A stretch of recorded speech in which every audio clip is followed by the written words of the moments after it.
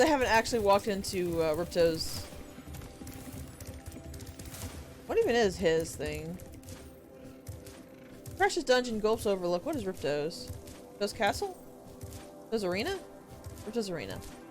I never entered this place, I couldn't teleport to it. Spyro. Now that you've got the orbs. We know, Laura, thank you. Let's go pick a fight with Ripto.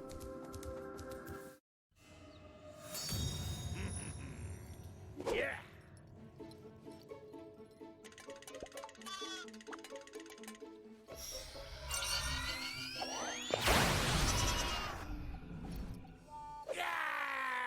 Come back here, you useless animals! Hey, Shorty, maybe I can help.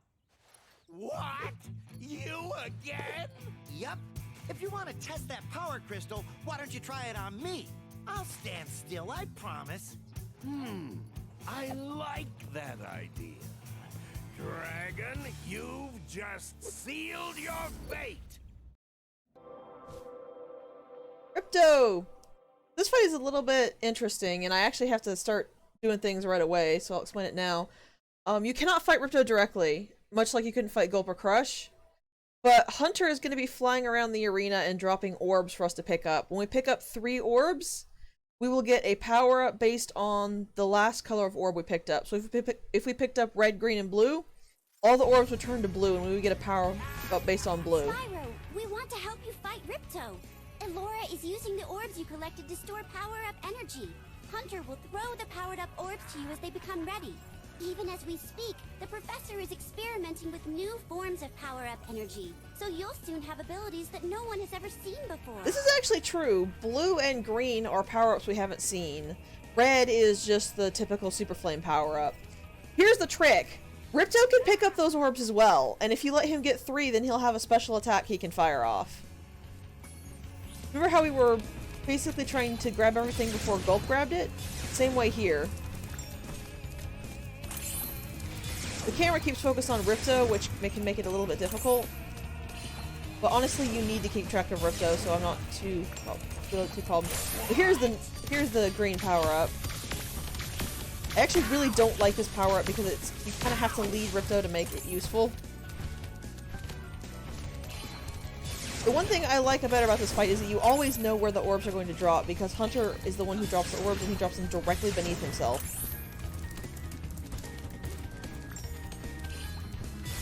Actually, let Ripto get that one, so I want to see if I can get a blue one. There you go. Oh, blue is just supercharged. I thought it was something different. So here Ripto gets 3, and he gets a special attack now. He always moves back to the center to do his special attack. Green I find is one of the easier ones to dodge.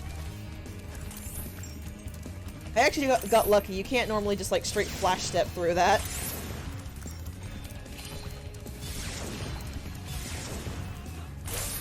I just love Ripto's. What?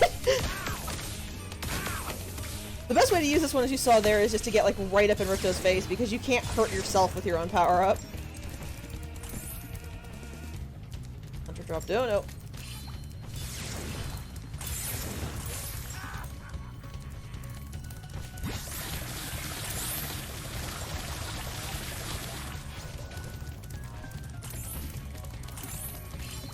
Also, getting close to Ripto is a good way to distract him from grabbing an orb as well, considering he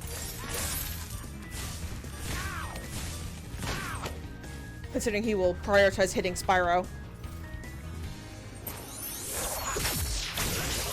Here's phase 2, Ripto and Mecha Gulp. This works exactly the same way as phase 1, except Ripto's fireballs are a little harder to dodge. Also, his attacks change when he gets enough orbs. Stop dropping them over here, there by him.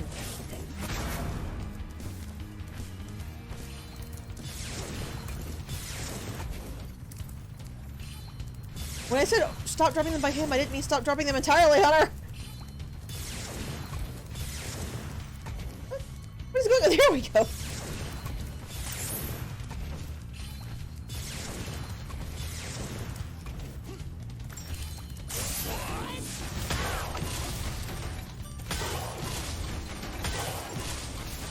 Probably could have gotten a 4th hit in there, but I didn't quite want to risk it.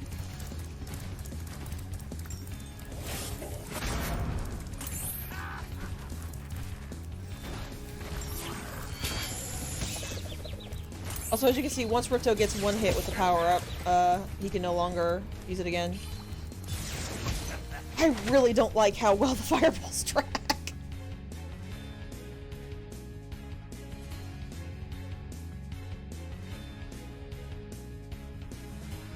Yeah, if you die, you have to start the whole fight over again. That's the one major complaint I have with this fight, and that's actually in... It doesn't matter what version of the game you're playing, it's the same in every version, is if you die to Ripto, you have to start the fight over again. And it's mostly a major pain because of how long the fight's phases are.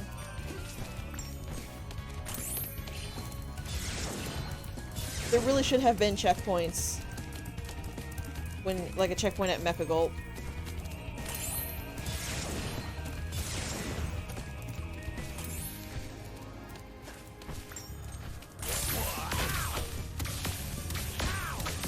It's actually really difficult to get up in Ripto's face because he runs away. Mecha Gulp is easier, I find, because he just kind of stands there. Here's Ripto's version of the blue power-up. I kind of like that because it implies that the power-up energy actually changes based on who's using it.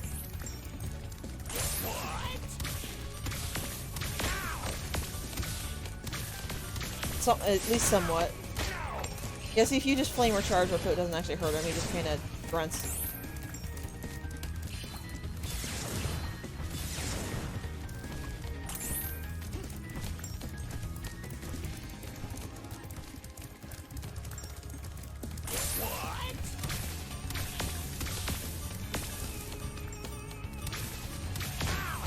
Actually nailed Ripto there. Whoop.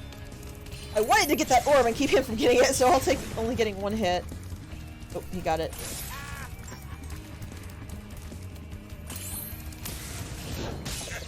That was actually entirely my bad because I jumped too early.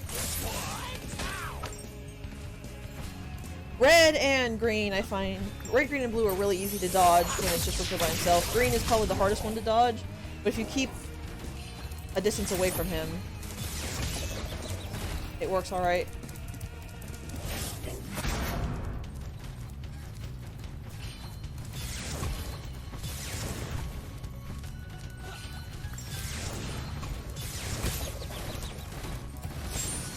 I don't know if it's just me, I'm the one being weird here, but I just find it so difficult to track how Ripto's firing the fireballs. Especially when you can barely see him because of the way the camera...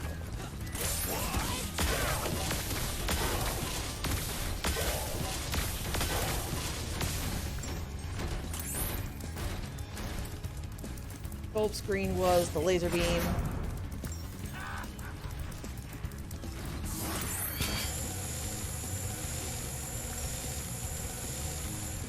I think that actually does have a minimum range if you roll right up in Ripto's face. Gulp can't hit it with it, but I'm not 100% sure.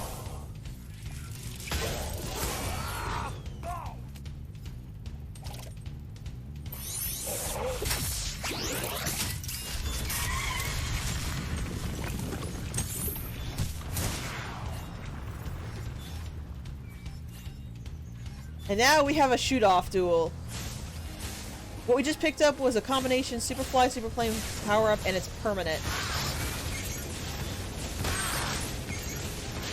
It's a little difficult because you kind of want to lead your shots to hit Ripto.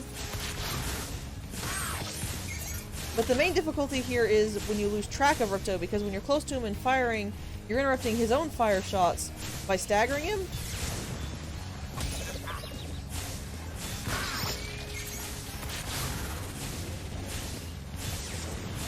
And these things can hurt.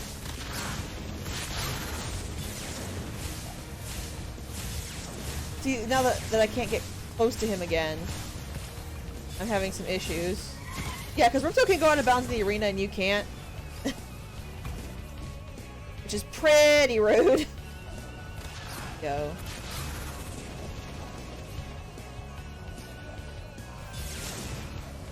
Like, that's a big, huge no-no that they actually added to Reignited for some reason. Bosses should never be able to go out of the arena. Like, in normal basic fights like this. But we're done! That is Ripto defeated. And plunging straight in the lava.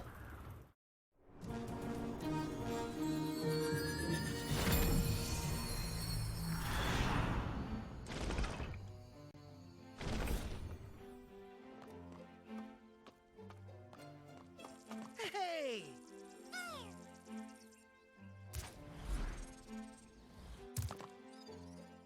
I don't think we could ever thank you enough, Spyro. I suppose you have to go now? Yeah, I'd better. They'll be missing me in the Dragon Worlds, and I've still got a vacation to take. I need it more than ever now. Before you go, I think that Moneybags has something he wants to give you. I most certainly do not. Hunter? Spyro, Moneybags is very sorry that he made you pay so much on your way through Avalar. We want you to keep the gems as a reward for helping us.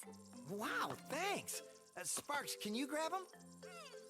Let me just type in the new coordinates and there!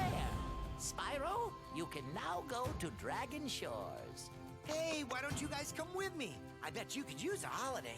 I'm afraid we can't, Spyro. Ripto may be gone, but he caused a lot of damage during his short stay. We'll be cleaning up for weeks. Just remember, though, that you can always get back to Avalar from Dragon Shores if you want to visit. Well, okay.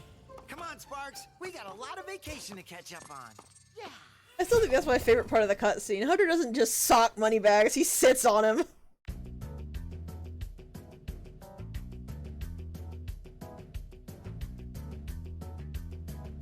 This is a little odd place for the credits. I don't know where else I would put them, so I guess this is fine. Though I find it really weird they didn't make, like, new pictures for Spyro 2. These are the artists and the dragons from Spyro 1. They don't have any relevance here.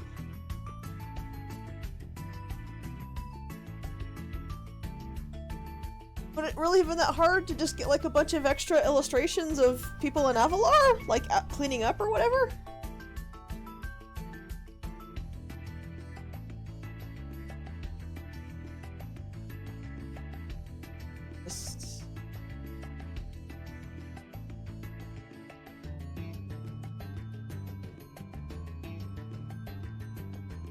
Yeah, anyway.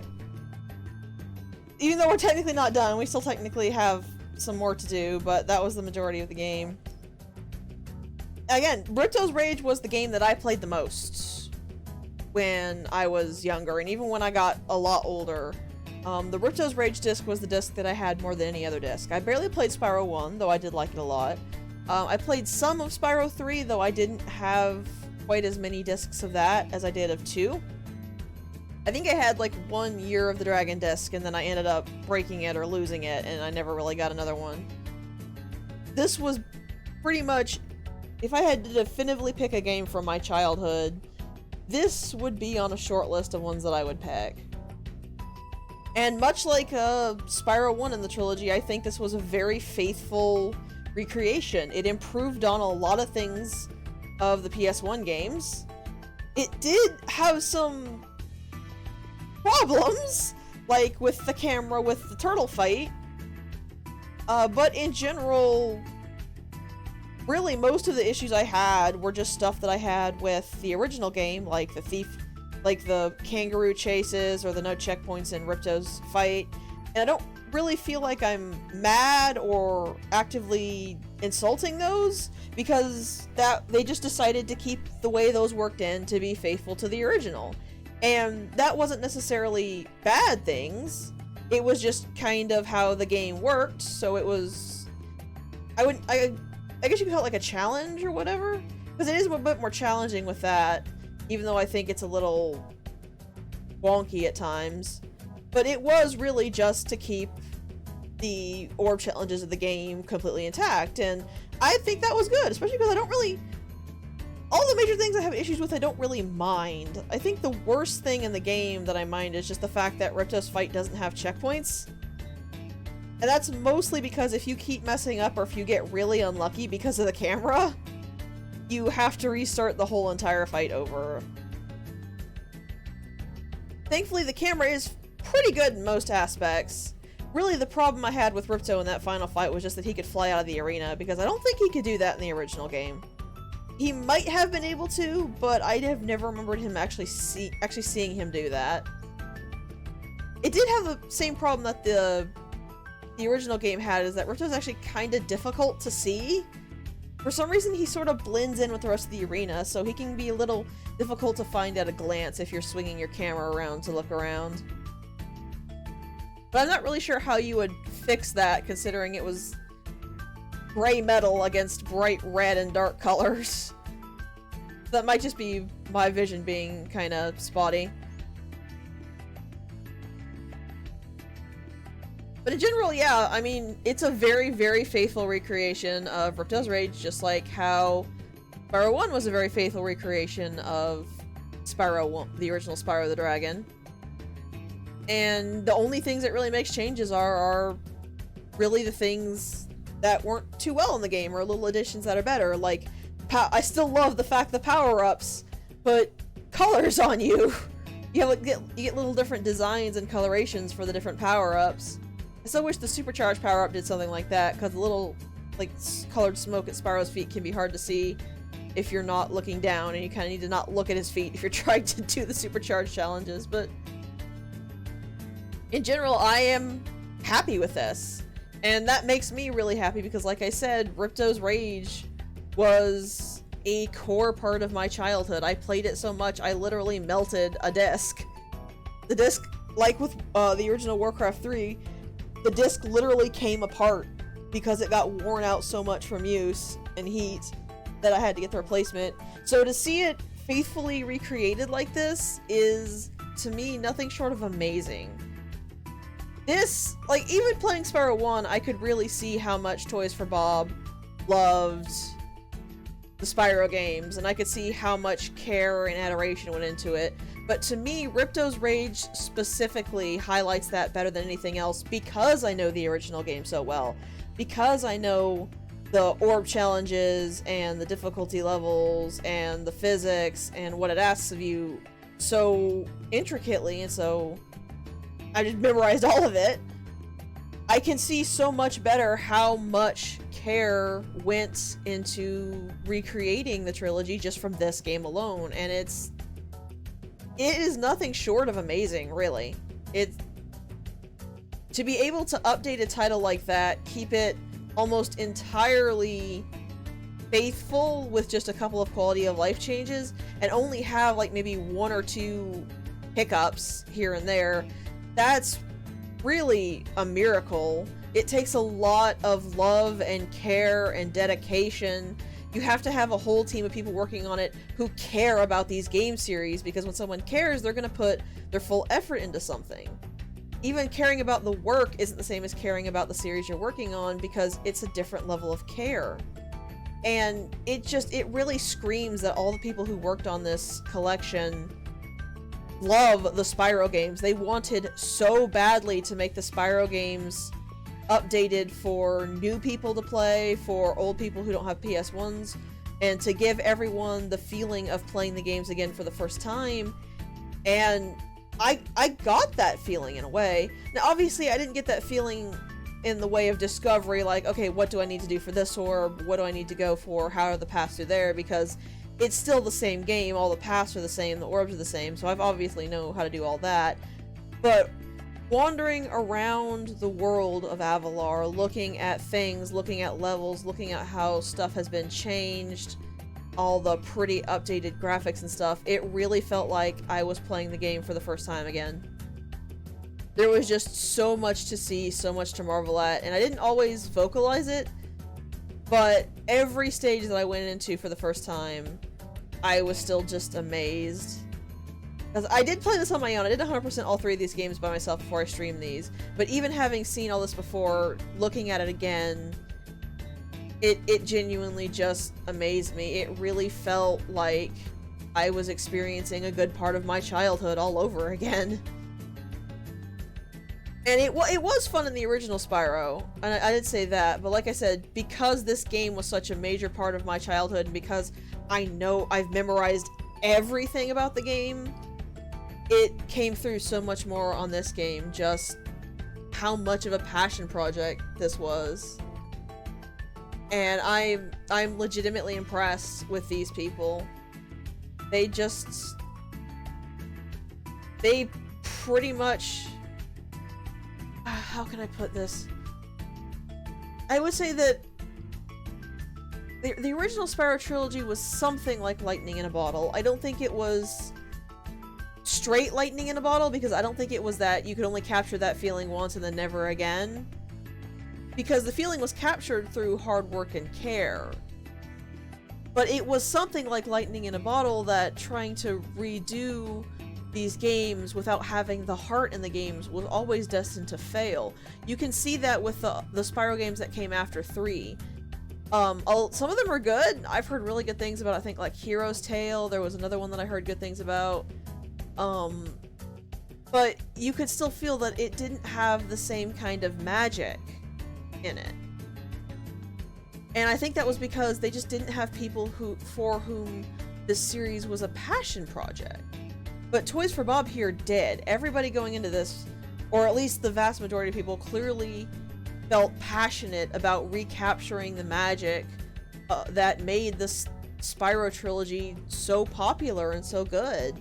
And they succeeded. They succeeded on nearly every aspect. And it's really, I wouldn't know how to put it besides kind of a miracle. Hard work, love, dedication, passion, it all led to a miracle revival. And I still really hope that Toys for Bob gives us another Spyro game along the veins of these 3 games. I believe they did the recent Crash game. I'm not quite as into Crash Bandicoot as I was into Spyro, so I'm not really all up on that. But I think there was a recent Crash game based off of the original games. I think they said it was Crash 4, maybe? But with how well Reignited's done, with how well they were able to recreate this game, I really, really hope that they would make another Spyro game in this vein, with the hub worlds and the smaller levels with little challenges, the collectathon things. It's really just so fantastic. And the best part about the collection is that I feel satisfied every time I play through these games, but I want more. I want more so badly. It's one of those, it's a shame that you don't have more to get, but I'm still really hoping that in the future we will, because if this does give rise to a rebirth of the original Spyro, I would probably literally cry in joy, because the 2 reimaginings or reboots or whatever you want to call them of Spyro, they're honestly pretty garbage in my opinion. Legend of Spyro completely disregards all of the platforming for a beat-em-up, and it's not even a good beat-em-up, which is really my complaint. I mean, I don't like it when you take a series that's one genre and permanently turn it into another genre. I don't think there's anything wrong with spin-offs or one game entries that are completely different genres. I like Mega Man X Command Mission, and that's an RPG instead of a side-scrolling shooter, but Command Mission wasn't the complete reboot, we're gonna keep this genre type of thing now. It was just a game that happened to do a different genre. But with Legend of Spyro, it did fully change the Spyro series into this just really poorly made beat-em-up.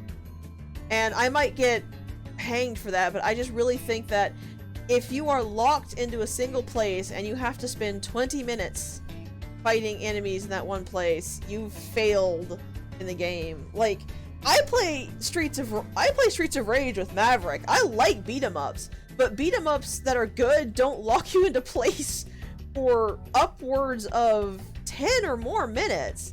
You're only locked into a place for a short amount of time, and then you can move on, because the whole thing about beat-em-ups is momentum. You're moving, you're fighting, you're moving, you're fighting, and having The Legend of Spyro forcibly yank you back and trap you in an area until you defeat way too enemies is just boring. Especially because all of the shiny stuff Spyro gets, like the extra breaths and stuff, have like mana meters or something, and you can't use them indefinitely. And they're supposed to be like stronger attacks, which is why, but I mean, that doesn't really help when you've burned all of your stuff to make these fights not last half an hour. And yet there's still more you have to fight that lasts super long if you're using the basic attacks. It just really feels like it was made by people who had no idea what a beat 'em up was actually supposed to be. So that was bad. And then you got into the shitty Skylanders thing, which was something like, was Amiibo released at that point? I don't know. But basically it was like, hey, we can sell real world figures for full price and force people to buy them to be able to get content in our game. Because you had to actually like scan the Skylander figures to get those characters in your game. And if you didn't go buy the full price figure, you didn't get it in your game. And the worst part was that, I mean, like, Spyro wasn't even a major character in there after a while. It started with like the Spyro Skylanders or something, but it wasn't very long before Spyro just got shoved to the far back of the pack, and long before he just was completely gone. All the Skylanders advertisements and characters and everything, they didn't even show Spyro anymore. So it was just majorly disappointing, and ugh. Yeah, they are pretty long credits. But it's the end of the game, and even if they're the same credits with each game, it's still a full game, so I don't feel any need to not run them all. Honestly, I think it was Skylanders that basically turned me off of any figure-based games, because it was just such a disgusting content carving cash grab. And they ruined a whole series for the sake of that cash grab. Like, if they wanted, they couldn't just go make the Skylander series, even though it basically had nothing to do with Spyro. Even the figures and characters that launched with Spyro weren't from the Spyro world. They were literally just sacrificing him and his name to try to make money and get people to buy this crap. And then once it was popular enough, they just completely kicked Spyro out and made it its own thing, so. It was actually Skylanders that made me completely opposed to the Amiibo at first. And I'm still kind of iffy on the Amiibo, but honestly, they're not really that bad. It doesn't feel like that they're cut out content like Skylanders definitely was. It feels more like they gave you like little bonus content or something. I don't know. Yeah, I do hope we get another Spyro game to revive the Spyro series, because we know it can work. It actually did that with Devil May Cry. In fact, we got Devil May Cry 5, which, while I did have some issues with parts of that game, it was a really good game all around from what I've heard. Apparently people absolutely adore it. Which, having watched the entire game, yeah, I can see why. So, I mean, we got that, we got the new Crash game that was related to the old series and not Crash of the Titans, which was, and this is gonna amazingly shock you, I know, a beat 'em up. So there might be hope. There might be hope for the original Spyro series being rekindled by this. We might get to see Hunter again. We might get to see the Professor again. We might get to see Moneybags. Because let's face it, you love to hate him. He's great to have because you just love to be so mad at him and make fun of him. We might have some of the characters from 3 that we'll see. I don't know, but it's really my hope that that'll happen. It's been a long while, I know. It's the Reignited Trilogy released a long time ago, but you never know.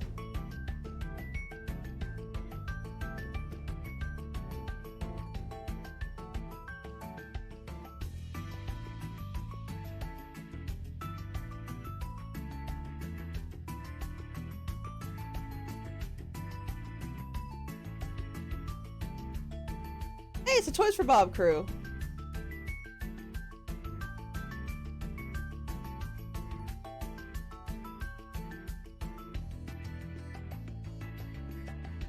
Yeah, that's true. If Mega Man can get revived, you never know for sure.